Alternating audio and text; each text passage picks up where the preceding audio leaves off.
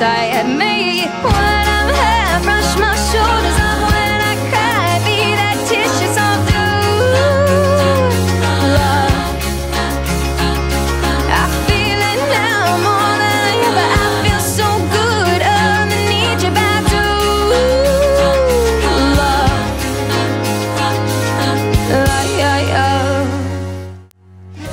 How long have you been like officially recording? 2 years? Since I was 16, I'm 22 now. Okay. So a long time. Well, actually I've been officially recording since I was 14. But I got a management deal and everything and started doing it professionally when I was 16. It was such a pressure, yeah? A lot of pressure. I mean, I think when I started to tour, that's when I really felt the pressure. And when I signed to a big management company, that it became so real. Yeah. Everyone was trying to get something from you or make money off of you, and that's a kind of a lonely feeling. That's when you young. work with a record label, like big record label like me. Yeah, the big record label can be kind of scary sometimes, for sure. So you ended up working with a big label for good?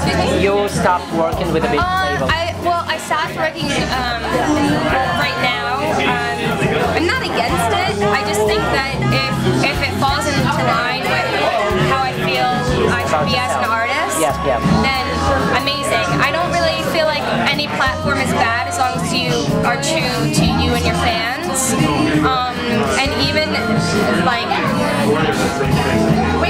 I just feel like as an artist, I owe it to myself to make good music and to make real music.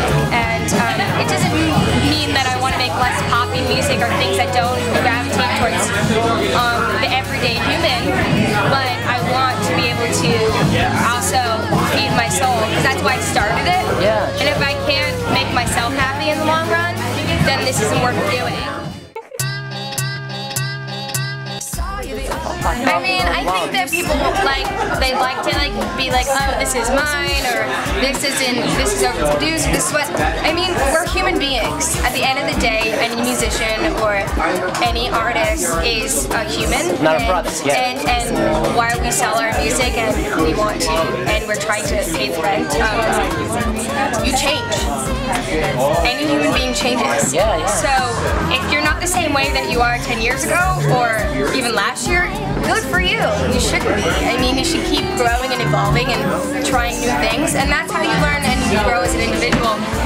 Not only as an individual, but also as an artist. So I think that when people kind of like claim, oh no, they're not making the same CD, I think, no, good for them that they're not making the same CD. They're trying to grow. And I always appreciate artists that are like that. I mean, in the 60s and the 70s, I mean, most artists did that, and that was yeah. I mean, and I'm really into Harry Nilsson, and he was, I don't know if you know, but when he did a big thing with John Lennon, Nilsson, and it's amazing. It's John Lennon's Lost Weekend. It's an amazing songwriting that happened. And Harry Nilsson is a songwriter that's like so forgotten, and he sings the song One, and Covered Without You that Mariah Carey covered, and he's an amazing songwriter, but he got to be an artist that not many people get to be now. He kind of just explored things, and it's a little bit odd, a little bit off,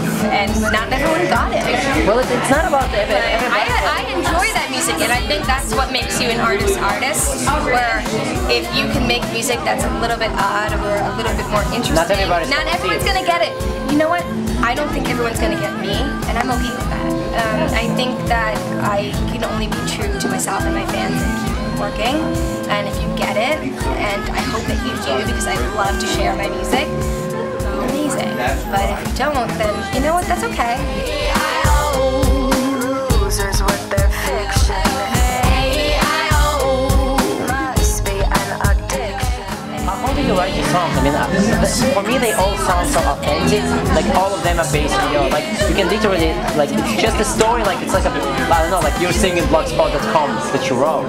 No, everything is authentic. I think that it comes from a very real place, even if some of the songs are embellished, or some, even if it doesn't come from like necessarily real life, it comes from an idea that's in my real How life. would you behave in that Yeah, certain sometimes I have a dream and then it feels so real. Do you ever have a dream and you wake up and you're like, I'm so mad at that person, or I feel so ashamed? I had it like it last month. I was like, oh my god, then in the dream it happened, but in real life never. And you're like, Never. and you can treat this person the same way because of what you think. It's like it's crazy. Exactly. So I write a lot of songs based on that. But my life is pretty melodramatic. I'm melodramatic. I have a lot of craziness in my life, so I have a lot of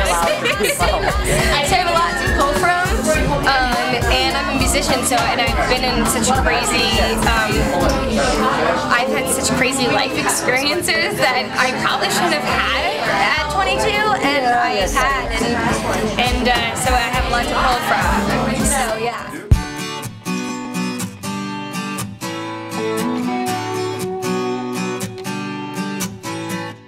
Baby boy, it's you not me. How long have you been like officially recording? For 2 years? Since I was 16, I'm 22 now. Okay. So a long time. Well, actually, I've been officially recording since I was 14. But I got a management deal and everything and started doing it professionally when I was 16. It was such a pressure, yeah? A lot of pressure. I mean, I think when I started to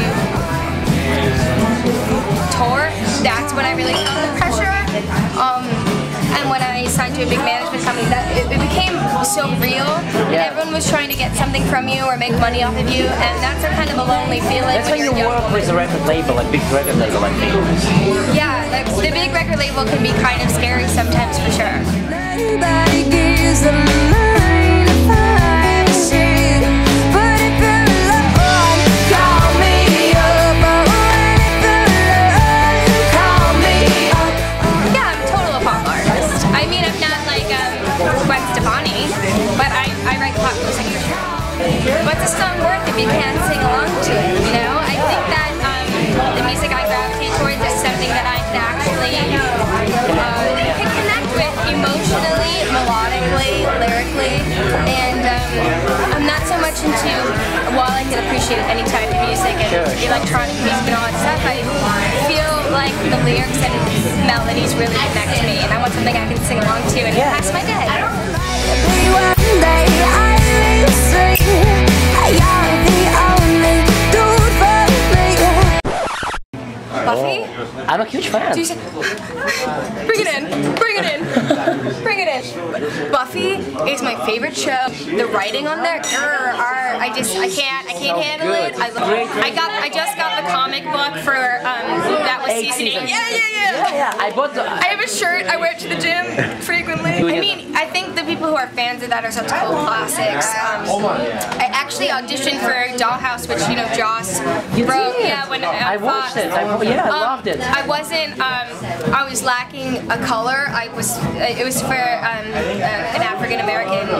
Like a lead character. Or no, just for the first episode. And I'm Middle Eastern and Italian, so it didn't work out. I just really got really mad that Angel couldn't have sex with Buffy. It really pissed me off. It still does. Anyway, moving on from Buffy. And this song's called Build a Moon, and Dad wants writing credit because he came up with one word, so this is co-write with him. That gives him co-writing credit. It's an important one. That's right. What's not important at age 15 when I wrote it? It's called Build the Moon.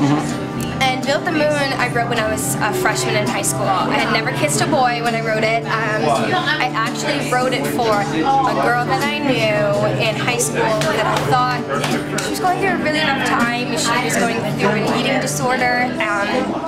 And besides having the eating disorder, she was always getting herself involved in all these bad relationships where she felt like she was putting so much in, not getting anything out of, and I couldn't relate to that, so I decided to try to put myself into her shoes and try to actually feel what she was feeling, and I wrote that song, and I actually wrote it for her to sing, and but she never wanted to sing it.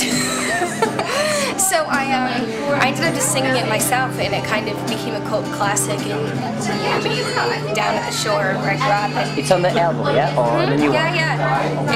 It's on the first album. Okay, yeah. And so I started singing it, and it wasn't until, I mean, I guess the last 2 years that I actually understood what I was singing about. I actually felt what she was feeling in the sense that that actually happened to me.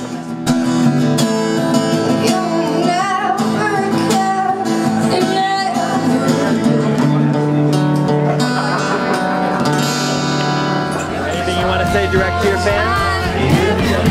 Sorry I had a glass of wine and I was tipsy. I'm sorry if I offended anyone in this video. I'm from the Jersey Shore, it's all I know.